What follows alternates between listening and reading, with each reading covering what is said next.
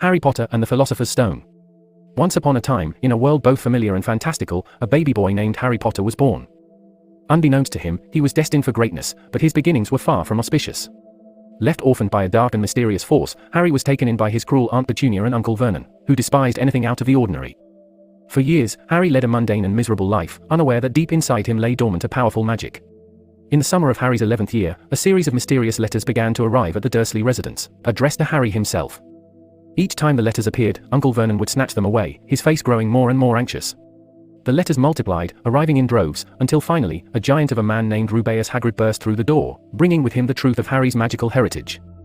Harry learned he was a wizard, and that his parents, James and Lily Potter, had been murdered by the darkest wizard of all time, Lord Voldemort. Miraculously, Harry had survived the attack, leaving Voldemort weakened, and a lightning-shaped scar etched into Harry's forehead. Hagrid, the gentle half-giant, whisked Harry away to Diagon Alley, a hidden magical shopping street in London. Here, Harry marveled at the enchanted wonders around him, from cauldrons to broomsticks, as he gathered supplies for his first year at Hogwarts School of Witchcraft and Wizardry. Aboard the Hogwarts Express, a scarlet steam engine, Harry met two fellow first-year students, the bushy-haired, know-it-all Hermione Granger, and the awkward yet loyal Ron Weasley. Together, they formed an unbreakable bond that would see them through countless adventures in the years to come. Arriving at the Grand Castle of Hogwarts, the new students were greeted by Professor Minerva McGonagall, who led them to the magical sorting hat. As each child placed the hat upon their head, it would sing out the name of the house they would join: Gryffindor, Ravenclaw, Hufflepuff, or Slytherin. When Harry's turn arrived, the hat contemplated long and hard before finally placing him in Gryffindor, the house of bravery and chivalry, where he would be joined by Ron and Hermione. Life at Hogwarts was full of surprises and wonders. Harry discovered he had a natural talent for flying on a broomstick, and was soon made the youngest seeker on the Gryffindor Quidditch team in a century. Alongside his magical studies, Harry, Ron, and Hermione began to unravel a mystery brewing within the castle walls. They learned of the Philosopher's Stone, a magical artifact capable of granting immortality and transforming any metal into gold. Rumors circulated that someone was attempting to steal the stone, and Harry was convinced that the malevolent Professor Severus Snape was behind it all. As the school year progressed, the trio of friends encountered a series of obstacles that would test their courage, intellect, and loyalty. They stumbled upon a room containing a gigantic, three-headed dog named Fluffy, which Hagrid inadvertently revealed could be lulled to sleep with music. Harry, Ron, and Hermione discovered a hidden trapdoor beneath the slumbering beast, suggesting that the Philosopher's Stone was hidden below. Their suspicions were confirmed when they overheard a conversation between Snape and Professor Quirrell, who spoke of the Philosopher's Stone and how to get past Fluffy. Time was running out, and the three friends knew they had to act to protect the stone.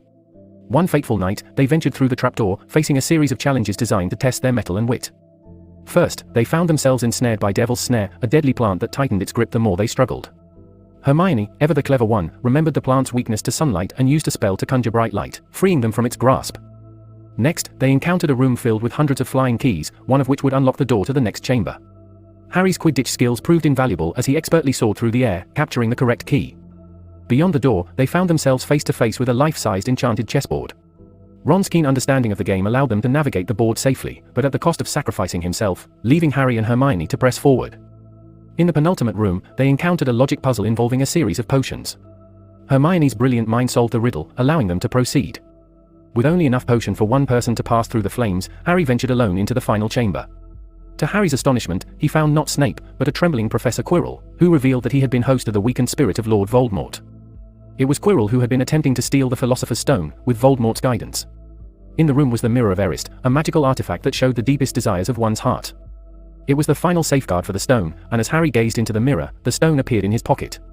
As Quirrell tried to seize the stone, Harry's touch caused the professor's flesh to burn and crumble. In the midst of the chaos, Harry passed out, the stone still safely in his possession. Harry awoke in the hospital wing to find Headmaster Albus Dumbledore by his side. Dumbledore explained that Harry's touch had been lethal to Quirrell because of the love and sacrifice of his mother, Lily, who had died protecting him from Voldemort. This love had left a powerful protection on Harry, ensuring his safety. Dumbledore went on to reveal that the Philosopher's Stone would be destroyed, as its power was too great and dangerous to wield. As the school year came to an end, Harry, Ron, and Hermione were awarded house points for their bravery and cunning, ultimately securing the house cup for Gryffindor. They bid farewell to their newfound friends and the enchanting world of Hogwarts, knowing that they would return again for another year of magical adventures. Thus, our tale of the boy who lived, the Philosopher's Stone, and the unwavering friendship of three young wizards comes to a close. In the magical halls of Hogwarts, they had discovered not only their own strengths and abilities, but the true meaning of loyalty, friendship, and love. And as the train carried them back to the ordinary world, they knew in their hearts that the magic would never truly fade away.